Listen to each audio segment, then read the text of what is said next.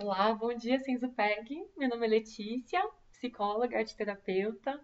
Estou muito grata pelo convite de poder gravar essa aula para vocês. Eu confesso que gerou um estranhamento no começo, né, gravar para câmera, né, que eu estou acostumada a ter várias pessoas e eu gosto muito da interação, né, da sala de aula, dos grupos. Mas eu tenho certeza que essa experiência vai ser muito legal, né? Essas coisas diferentes que acontecem na nossa vida só vêm para acrescentar. Então, eu quero falar que não deu para fazer o PowerPoint, porque eu estou gravando pela webcam do meu computador. Então, eu escrevi aqui no caderninho o que estaria no PowerPoint, para poder me dar uma direção, né? Então, essa aula que eu escolhi ministrar, ela está dentro do tópico de autoconhecimento na prática profissional.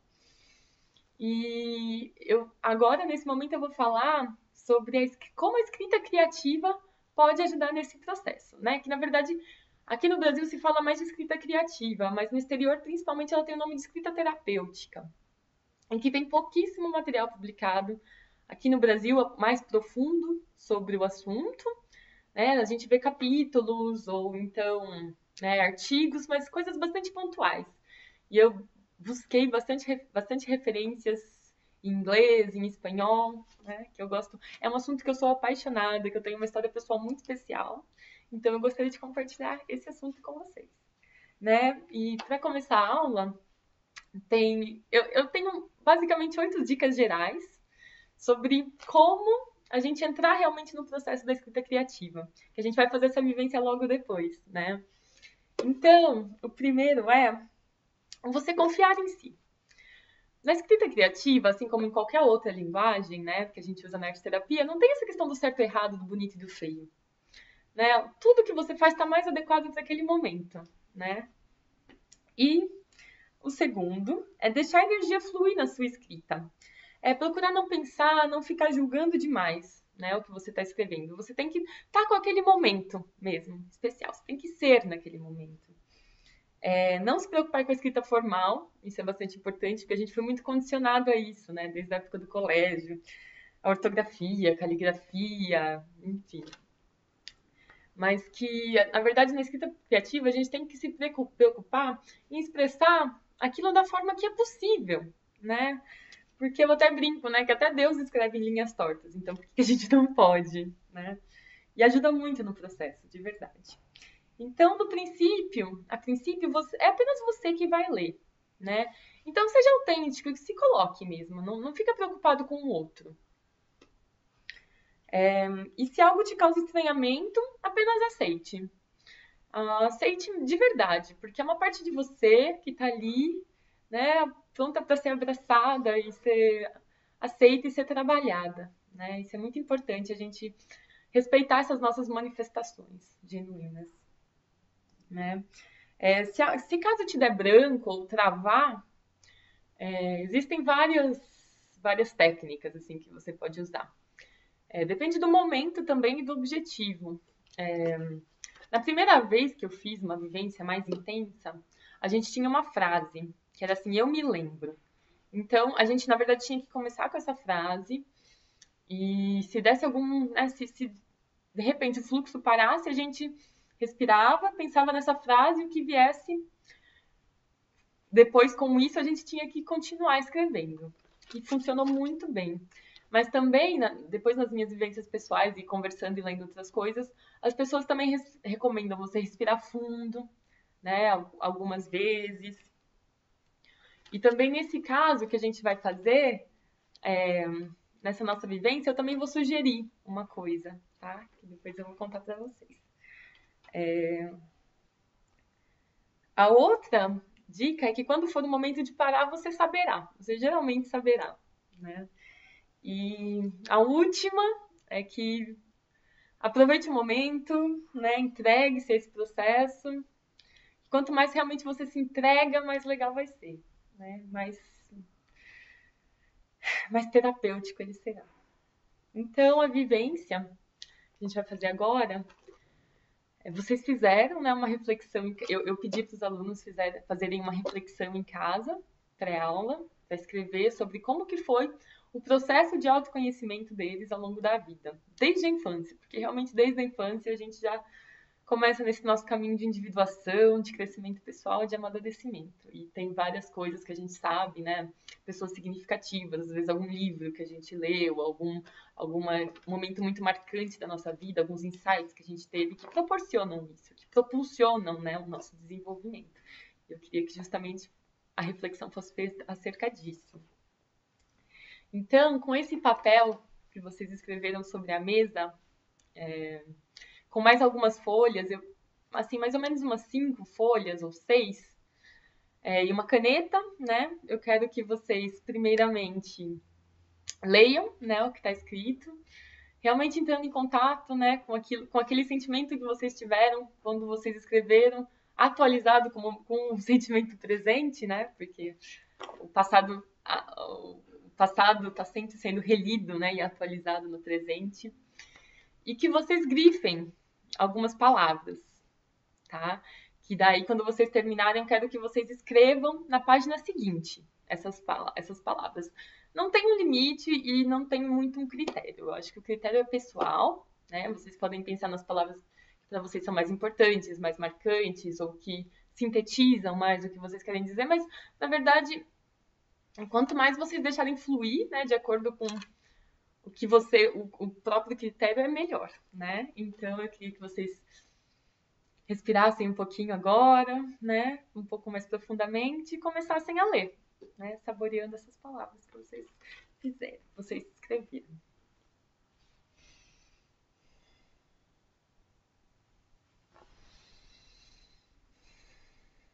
E o próximo passo, então, é um relaxamento, que é sempre bom fazer antes dessas técnicas, né? Eu trabalho muito com técnicas de relaxamento antes de entrar com alguma técnica expressiva. Então, eu queria que vocês, com os pés paralelos no chão, a coluna ereta, né, numa posição confortável, começassem a respirar profundamente.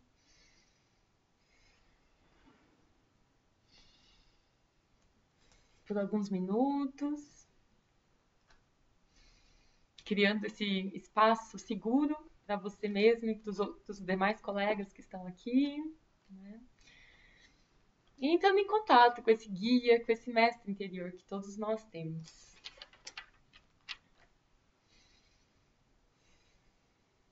E que se por acaso der algum branco, ou se vocês travarem no processo, vocês podem usar as palavras que vocês escreveram. Tá? Então, continuar respirando. Até vocês sentirem que já é hora de começar a escrever.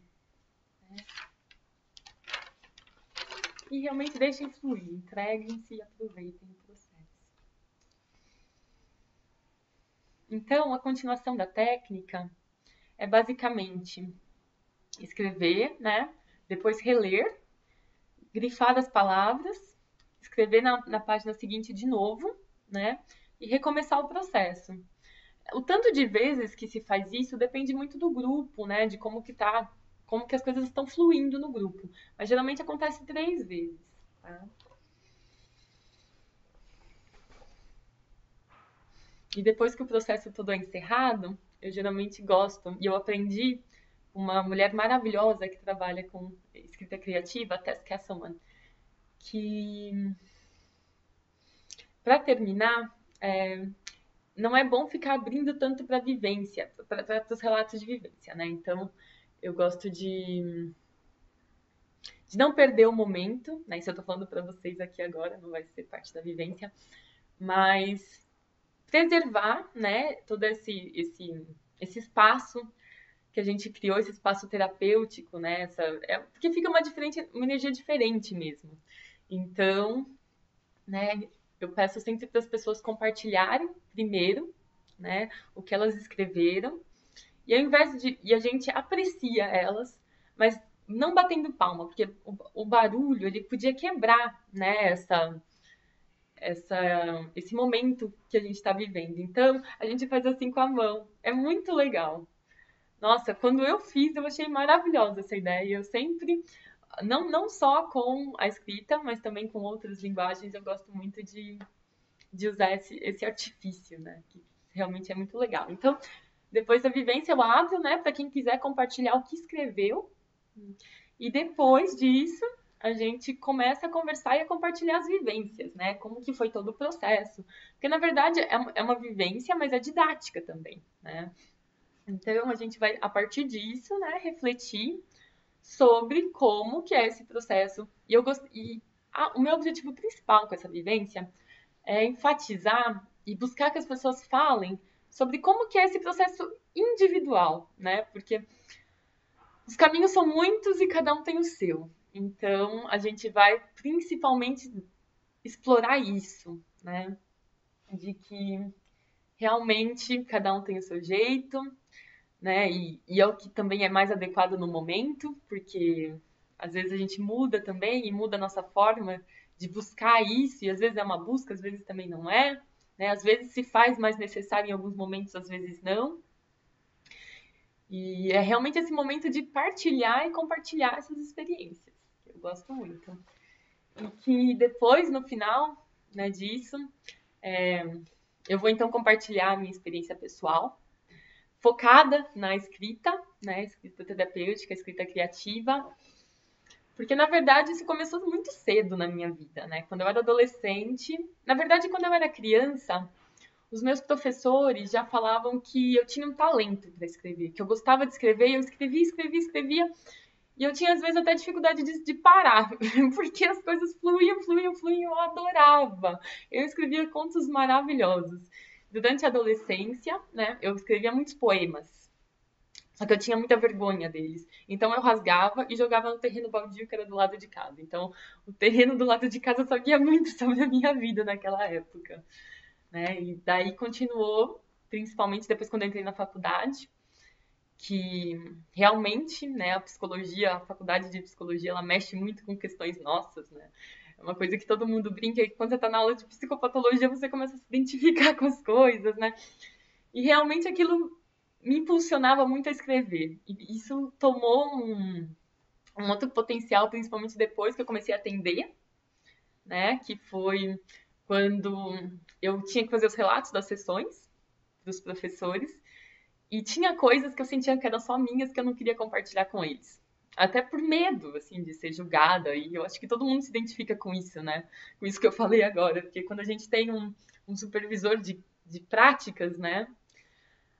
Tem coisas que da gente se misturam com as coisas do paciente, às vezes a gente não está confortável para falar sobre isso, mas a gente tem que dar vazão de alguma forma, né? Então, às vezes, quando eu estava fazendo o relato da sessão, vinha alguma coisa, eu tinha um papelzinho do lado já preparado para escrever, e realmente eu acho que eu seguia mais ou menos essas 8 dicas que eu tenho, né? Eu acho que eu já comecei a construir aí.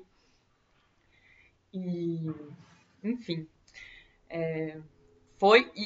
e é uma coisa que eu já ouvi de professores, né? Pessoas que trabalham, supervisores, que isso é muito importante, principalmente quando o processo trava, né? O processo terapêutico dá uma travada, assim, que é bom você escrever sobre, mas isso a gente vai retomar um pouco depois, especificamente no assunto que eu quero conversar com vocês. E, enfim, me ajudou muito na minha função de terapeuta, com a minha prática profissional. E Mas isso começou realmente a se desenrolar de uma forma bastante intensa quando eu fui para Zurich fazer o curso de verão. Fiquei o semestre de verão lá fazendo um curso intensivo no Carl Gustav Jung Institute, que é o instituto mais famoso e mais importante do mundo inteiro de psicologia analítica.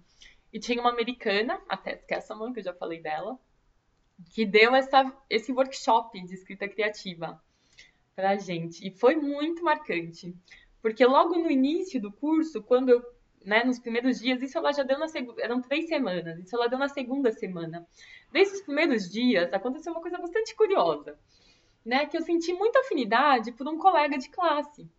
Nossa, eu tinha uma vontade, sabe, de conversar, de conhecer ele. Uma pessoa muito, assim, né, que a priori não tinha muita afinidade, mas eu senti uma conexão com ele. E logo depois, assim, mais para a segunda semana, ele ficou amigo de um amigo meu, brasileiro, que também estava no curso. Ele é dinamarquês.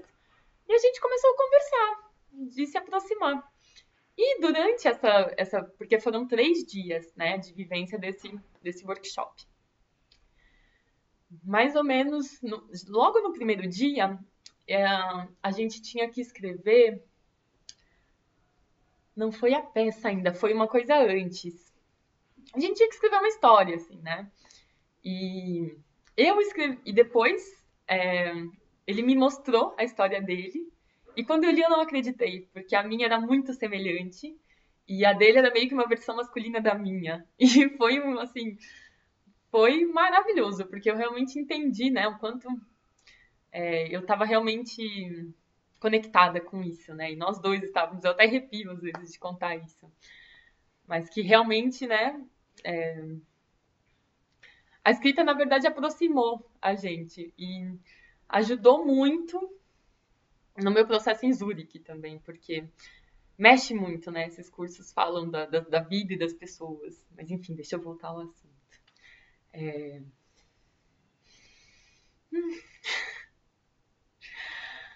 voltando. Então, no segundo, daí no último dia de, de escrita criativa, a gente tinha que fazer uma peça de teatro. E daí a gente se dividiu em grupos para interpretar essas peças. Daí cada um tinha que fazer mais ou menos uma peça de 5, 10 minutos, se quisesse também, né? E a gente foi para a Casa dos Barcos, que era na beira do lago, porque o instituto fica na beira do lago e tem uma casa de barcos linda, assim, a gente colocou umas cadeiras e o palco foi meio que o deck, assim. E quando um deck coberto, né? E quando ele começou a fazer a peça dele, né, com a ajuda do grupo, assim, no mesmo minuto que começou a peça, começou a cair uma tempestade de granizo. Isso que estava um dia lindo, um sol maravilhoso. E começou a cair essa chuva, essa chuva, essa chuva. E todo mundo assim meio sem entender o que estava acontecendo, né? E logo depois que ele parou, um pouco depois que acabou a peça dele, uns 2, 3 minutos parou a chuva. Foi uma coisa assim impressionante, porque eu realmente daí entendi o poder que isso tem, né? Que eu até botei um apelido dele, né? O The Man of the Stormy Words, o homem das palavras de tempestade. Porque realmente foi uma enxurrada de emoções que apareceu ali. E realmente a escrita, ela tem, né, assim como qualquer outra linguagem, ela tem essa característica de expressão muito forte mesmo, que vai muito da atitude, né? E eu acho que como ele colocou muito, né, acabou mobilizando várias coisas ali, era uma coisa que ninguém nem acreditava direito. As pessoas ficaram falando sobre isso no instituto uma semana, né? Foi uma coisa muito impressionante mesmo. E ele é um grande amigo meu até hoje, né? Até hoje, às vezes, a gente, lá no instituto mesmo, às vezes a gente escrevia alguma coisa e mostrava um pro outro, né?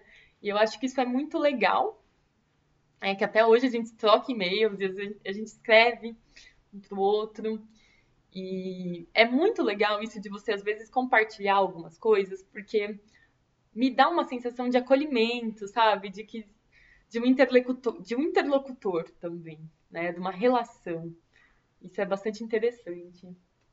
E depois que eu fiz esse curso, eu tive uma história também pessoal que eu viajei pela Europa 3 meses. Viajei sozinha, né? Pegava o trem, pegava o avião e eu tive uma aventura, né? E de vez em quando, aliás, várias vezes, eu me sentia muito sozinha e muito triste, né? Então eu estava lá em Paris, no, no jardim com o Louvre do meu lado, né? Aquela pirâmide, todo aquele jardim maravilhoso. E eu estava infeliz. Eu não estava bem comigo mesma. Então eu tinha um caderninho, né? Um pequenininho assim que eu sempre levava. E eu sentava no parque e escrevia. Aí teve uma época que eu até comprei um kit de aquarela, que era muito facinho assim de ficar levando.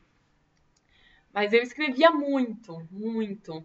Assim, em vários lugares que eu passei por 9 países, e sempre que me dava alguma angústia, alguma coisa assim, que eu sentia que eu precisava, né, eu precisava conversar comigo mesma, né, para saber o que estava acontecendo e poder realmente ficar melhor na situação. Eu escrevia e me ajudou muito. Eu brinco que a minha viagem para a Europa foi uma jornada de autoconhecimento. Eu devo muito isso à escrita, né? E às pessoas que eu conheci. Isso foi bem legal, né? Então, agora passando para eu quis contar minha história pessoal para ilustrar realmente, né, como isso pode influenciar muito na nossa vida e ajudar, né, essa nossa jornada de autoconhecimento. Então, agora vamos passar um pouco mais para a parte teórica, né?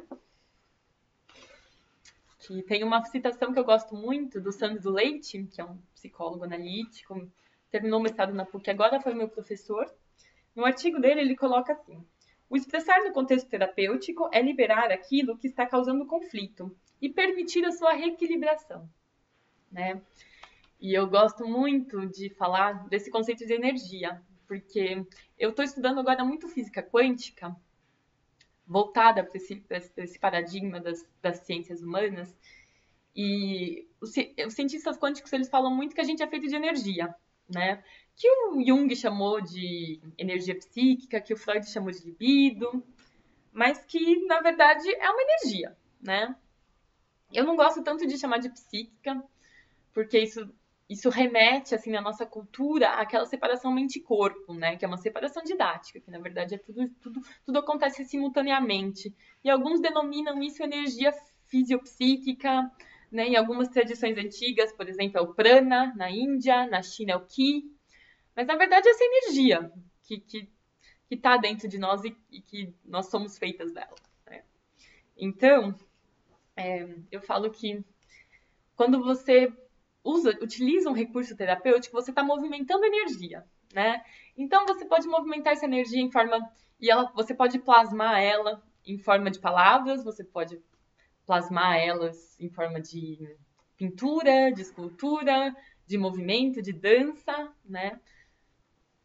Mas que na verdade é esse o processo, né? E quando você põe essa energia em movimento, você vai desbloqueando aquelas energias que estão bloqueando o nosso desenvolvimento pleno, né?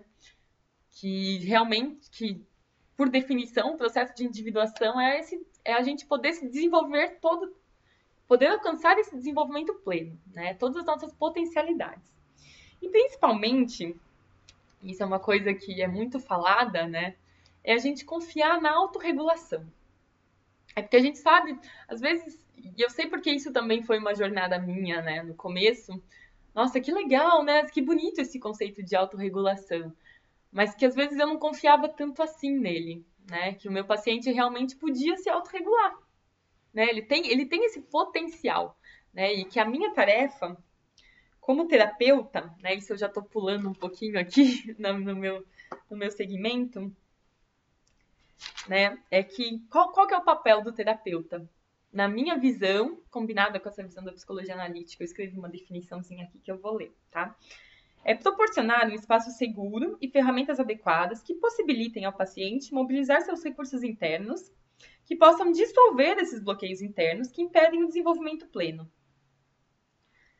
né? E que acaba proporcionando uma reorganização psíquica, né, no paciente, porque você desbloqueia e essa energia pode ir para outros lugares, né? Então, as pessoas que às vezes estão porque a energia ela fica estagnada, por exemplo, em traumas, em experiências negativas, né? E quando você desbloqueia isso, você permite que ela seja usada de outra maneira, né? Em novas relações, em sentimentos mais positivos, né?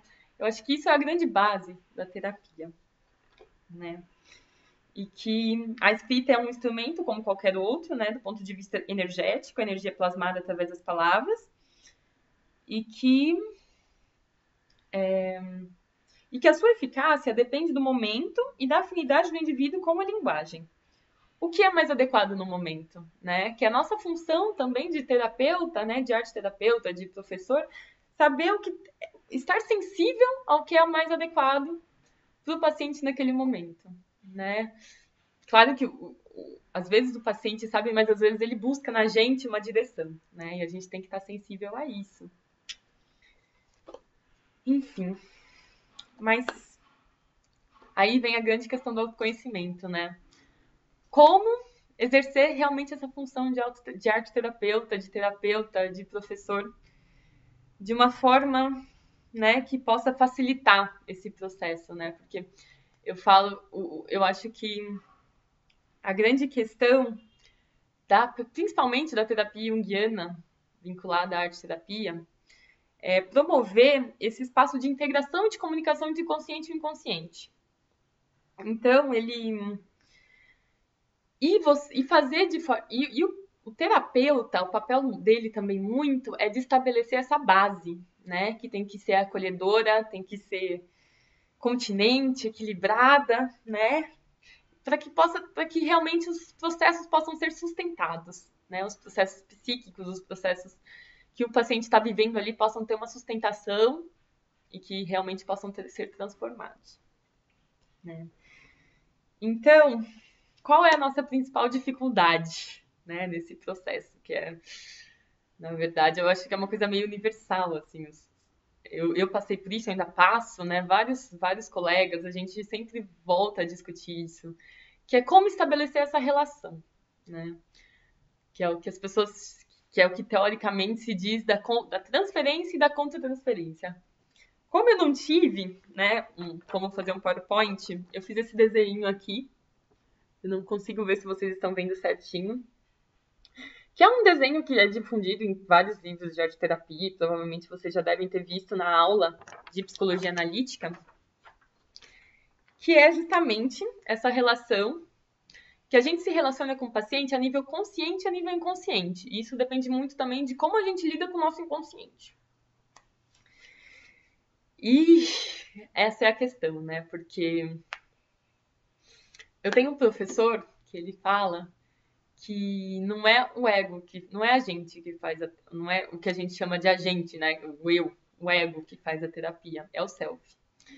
Então a gente tem que ter uma relação muito bem estabelecida com esse nosso inconsciente para que realmente o self seja expressado de uma forma mais saudável nessa relação. E como que a gente faz isso? Através do autoconhecimento, né? De saber o que é da gente, saber separar o que é da gente, o que é do outro, né? Porque muitas vezes o que acontece quando um processo terapêutico não está fluindo da forma que deveria fluir, ou está estagnado, né? Ou está com algum problema, alguma coisa de relação que não está se. Porque realmente, às vezes, a terapia funciona muito de afinidade, né? A pessoa certa para o momento certo. Mas também a gente tem que pensar em se trabalhar, né? E que realmente a nossa atitude influencia muito. E é para isso que nós somos pagos, né? E procurados.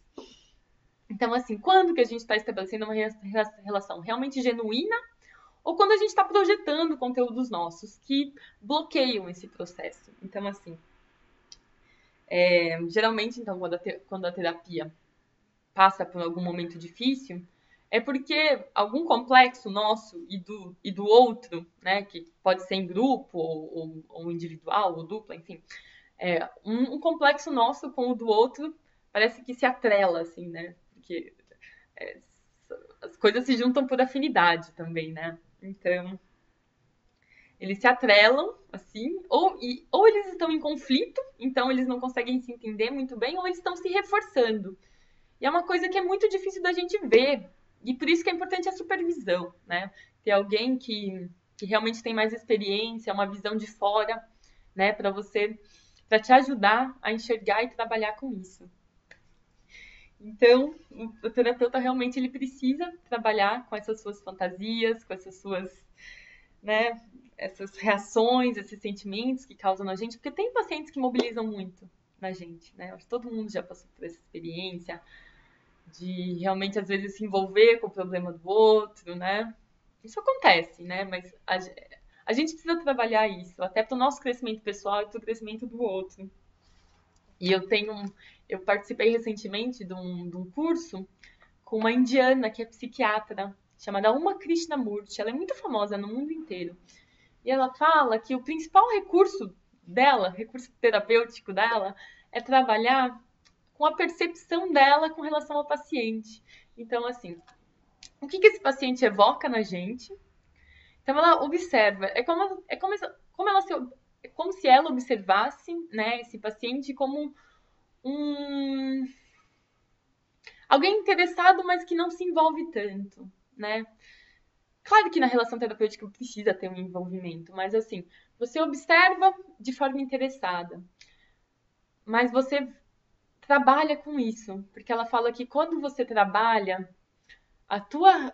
E eu comecei a fazer isso também desde que eu ouvi isso. Então você, por exemplo, se aquele paciente te traz uma reação de vítima, assim, vocês, nossa, mas como ele é vítima disso, né? Ou então, nossa, coitado, ou então, nossa, mas olha o que ele fez, mas merecia mesmo, sabe? Então você observar essas suas reações e mudar a sua percepção, né? Sobre isso que está acontecendo, porque você só enxerga na maioria das vezes, a gente só enxerga no outro o que está dentro da gente também. Então a gente precisa trabalhar isso na gente para instrumentalizar um pouco mais o contexto terapêutico para que o paciente, né, para que a pessoa que está ali com a gente possa elaborar isso também. Né? É um conceito bastante complexo, a gente pode falar mais sobre isso num outro momento, né? Então, sobre essa relação de transferência e contra-transferência, eu queria que durante toda essa aula, né, todo esse módulo, vocês pensassem sobre isso, né? Sobre essa questão da contra-transferência e da transferência. E anotassem, porque eu gosto muito que vocês falem na aula, né?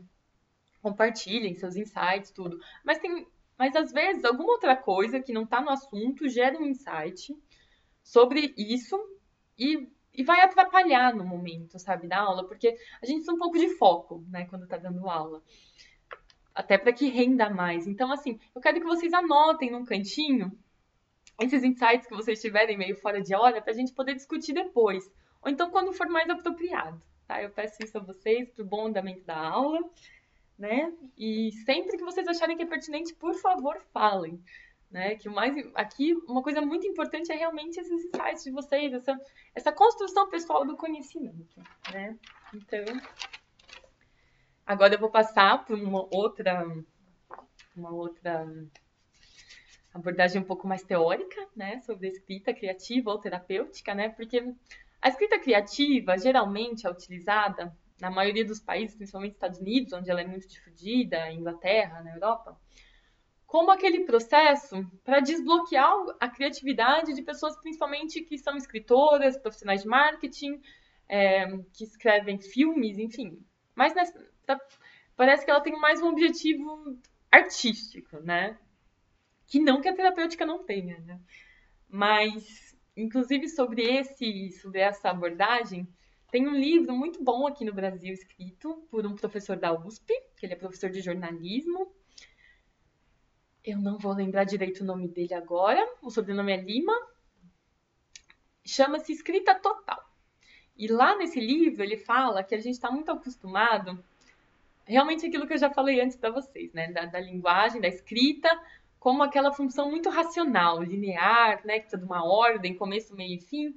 E ele fala que, através das técnicas que ele apresenta nesse livro, a gente vai trabalhar com a escrita integrando as 4 funções que ele empresta do Jung, né? Que ele fala da sensação, da intuição, do sentimento e da emoção.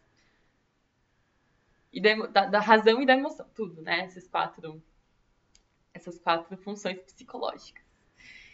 E que ele ajuda muito, né, as pessoas e ele falou que esse livro surgiu de uma dificuldade que ele via, né, com os alunos dele, de realmente despertar esse potencial criativo, né, na construção do profissional, né? Então, ele escreveu, é maravilhoso, eu super recomendo esse livro. Ele dá, inclusive, técnicas de respiração, assim, os pranayamas, são bastante parecidos com os pranayamas do yoga. E a escrita terapêutica, mais voltada, né, pro contexto, né? Porque é igual aquelas 2 abordagens que existem na arteterapia, né? Da arte como terapia ou de arte na terapia. Então, na escrita também se tem isso, né? Que, na verdade, inclusive o que eu vou falar agora, da arte fora do contexto terapêutico. Vou contar a experiência de 2 escritores famosos, a Virginia Woolf e o Hermann Hesse. Que a Virginia, ela é, né, muito famosa por aquele livro, né, que gerou o filme As Horas. Ela sempre escreveu muito sobre a mãe, né, essa coisa materna, assim. E depois, no fim da vida dela, ela conta que quando ela escreveu um livro dela, já aos 52 anos de idade, um livro que aqui no Brasil ele tem várias traduções. Tem mas eu acho que o último que saiu agora chama-se Ao Farol. Mas também tem passeio no farol, tudo. E ela fala que até os seus 52 anos, ela se via possuída pela mãe, né? Uma coisa assim que não saía da cabeça dela. Ela sentia como se aquela mãe ainda estivesse presente na vida dela de uma forma bastante negativa, mesmo que a mãe já tivesse morrido quando ela tinha 13 anos. Então ela escreveu esse romance, né?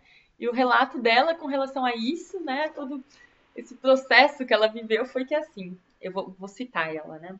Eu fiz por mim mesma o que os analistas fazem por seus pacientes.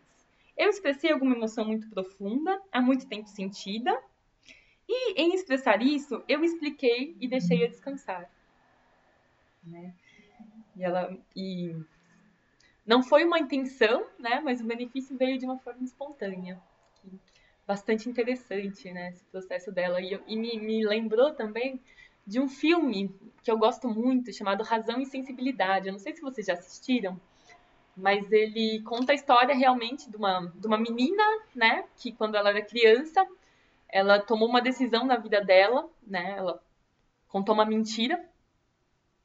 E que isso mudou muito o rumo da família dela, e que indiretamente a irmã dela morreu por causa disso.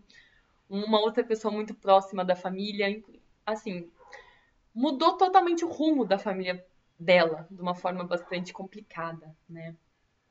E ela conta já no final do filme, né? Desculpa contar o final do filme, mas que no final aparece ela dando uma entrevista, né? Porque ela virou uma escritora muito famosa e falando que ela sofreu a vida inteira com aquilo, né? Ela já estava no final da vida e isso possibilitou ela escrever sobre. E escrevendo sobre isso, ela pôde realmente, como a Virginia Woolf, descansar, né?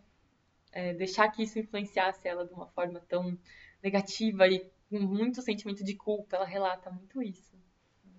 Uma experiência bastante interessante. Também tem aquele filme Adaptação, que conta sobre um escritor, né? Como que o roteirista escreveu o filme, que daí parte também da história com o duplo, né? Que é o irmão dele. Assistam esse filme que também é bastante interessante, mas que também fala do processo criativo através da escrita e de como que os acontecimentos da vida influenciam e como a gente, através da escrita, a gente pode elaborar isso melhor, assumir uma postura mais resiliente com relação aos conflitos que acontecem na nossa vida. E o Hermann Hesse, ele fala do escrever como uma arte e da arte como uma autoexpressão. Então ele fala que ele gosta muito de escrever porque é uma forma dele colocar-se e experienciar-se de forma ficcional. E que pode ser um meio de aprofundar no autoenvolvimento com alguma questão e no autoconhecimento. Né? Então ele é um desses escritores, né, famosos, enfim, que escreveram várias ficções, que acha que isso faz parte do processo de autoconhecimento dele e ele faz isso de uma forma mais ou menos intencional. Né? Ao contrário da Virginia Woolf, que não foi realmente intencional, pelo menos a princípio. Né? Na verdade, assim, o ego não teve a intenção, né? Mas a gente sabe que pela autorregulação era realmente aquilo que ela precisava experienciar no momento, né? Esse guia interior levou ela a escrever esse livro. Então, né?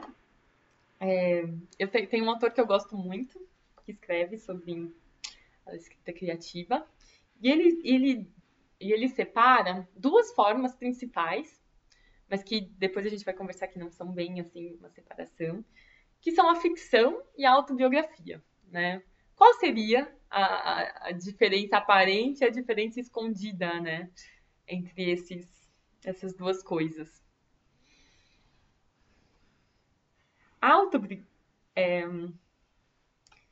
que na verdade uma está dentro da outra, né? Que a ficção, eu vou explicar um pouco elas separadamente, depois daí a gente vai estabelecendo os insights ao longo, né? Eu tinha planejado de falar primeiro sobre a autobiografia, mas eu acho que eu vou falar primeiro sobre a ficção, né? Que a ficção, ela promove um distanciamento do ego, né? Que o ego é aquele que é eu, que é meu, né? Que é a minha história, o meu passado, isso que eu tô vivendo agora, né? E ele te remete, ele dá a voz alguns conteúdos que estão mais no inconsciente, né? E que são os nossos complexos, né? Os conteúdos mais arquetípicos que estão mais no inconsciente pessoal e no inconsciente coletivo. E que eu costumo chamar eles de autobiografia simbólica, né? Que, na verdade, não tem como a gente escrever de alguma outra coisa que não seja da gente, né?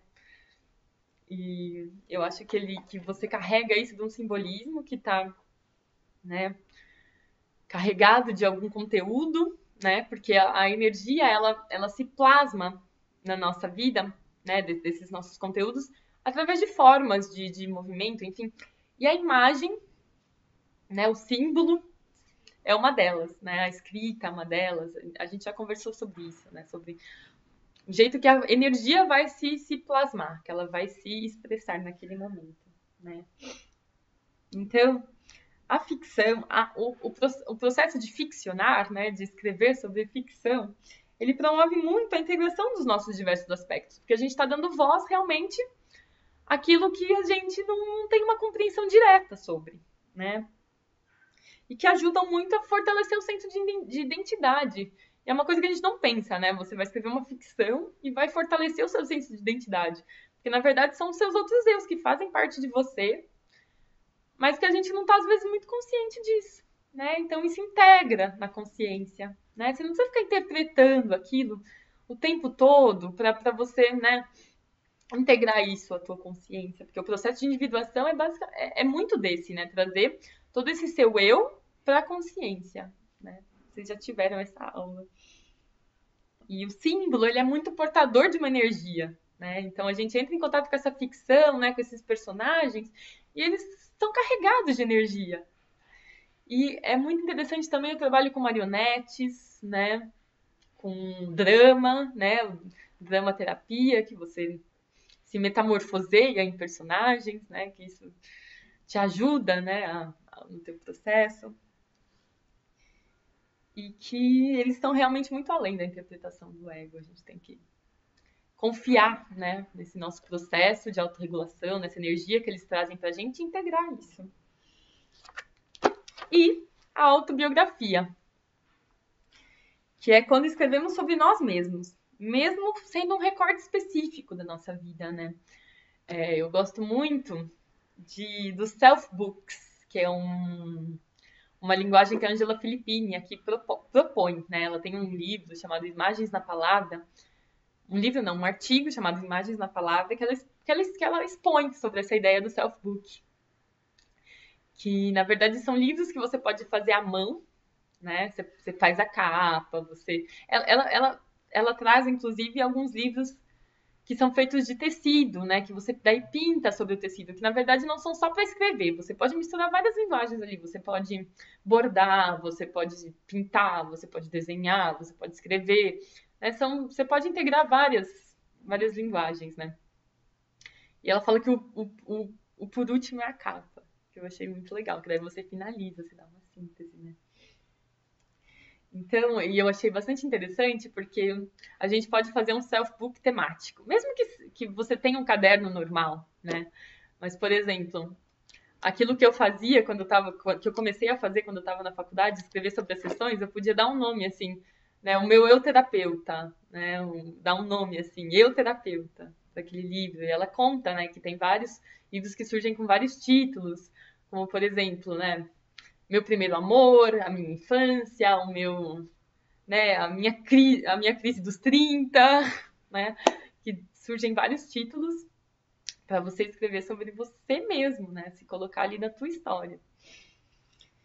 E qual que é a relação disso com a ficção, né? Que a nossa percepção sobre o passado, o presente e o futuro, elas não são representações literais, né? E eu peguei até aqui uma citação que os materiais do passado são moldados pela memória e imaginação para servir às necessidades da consciência atual, expressados através da ficção que criamos acerca de nosso passado, que podem promover insights para o presente, né? Então, não importa se foi real ou se não foi, importa a sua significação pessoal para aquilo, né? E é aquilo, e se você tá lembrando disso daquela forma, é porque é dessa forma que é importante para você lidar com isso, agora nesse momento. E ele já diz de tudo aquilo que você ligou a isso, aquele fato, né, aquela memória, ao longo da sua vida. Então, realmente, as verdades não precisam ser literais, né? Elas têm a nossa construção pessoal ali o tempo inteiro. E que isso é também bastante interessante observar. Tem uma técnica que eu acho bastante interessante de escrita terapêutica, criativa, enfim, que é a técnica de escrever com a voz da criança. Que é realmente entrar em contato com essa memória, com essas emoções, né, com esses sentimentos. Buscar realmente essa memória afetiva que a gente tem de algum fato e colocar isso no papel como se a gente fosse criança falando, né? A pessoa que eu li, né, que fala dessa técnica, ela traz alguns instrumentos, às vezes, que facilitam. Como, por exemplo, alguma comida que você gostava quando era criança, algumas fotos que você tinha de criança. Então, assim, existem inúmeras possibilidades, né? A gente precisa ser criativo, encontrar a nossa própria forma, né? A forma que a gente se sente mais à vontade, que a gente sente mais prazer, né? Em oferecer para as pessoas que a gente está cuidando. E tem uma técnica que eu queria colocar para vocês que eu gosto muito, que é a técnica dos selfies opostos, né? Do diálogo com os nossos selfies opostos. E foi uma das primeiras que eu fiz, né? Já na minha formação de arte terapia, o meu professor Celso Palaschi, ele deu um exercício assim, que você tinha que escrever 2 pares de opostos no alto de uma coluna. E a partir dessas palavras, desses opostos, associar inúmeras palavras com isso. A gente brinca, né? Que no começo a gente pensava, umas 10, né? Já tá bom. E ele falava assim, no mínimo 40, né? E é uma tarefa, realmente, né? De desbloqueio criativo e emocional. Você associar 40 palavras a uma palavra, né? E é muito legal. E a partir disso, então, você pode dialogar. A partir desse desbloqueio, né? Você pode dialogar, né, com esses seus selfies opostos, que eu achei muito interessante a história pessoal da pessoa, a Cheryl, que eu li, né, o artigo dela falando sobre essa técnica, que ela teve essa ideia quando ela teve leucemia. E ela, então, estabeleceu um diálogo entre a parte saudável dela e a parte doente. Olha que bonito, né? Então, ajudou muito no processo dela. E você não precisa exatamente, né, estabelecer essas palavras antes, você pode ir direto com o diálogo, depende muito do momento, né, da pessoa, enfim. E é muito interessante, eu gostei muito quando eu fiz, eu já fiz outras vezes depois, né. Ajuda, inclusive, quando a gente está em conflito com alguma questão, né. Sabe aquele prós e contras? Então, funciona também, eu recomendo, tá? E vamos ver. Para finalizar, né, já deu quase 50 minutos,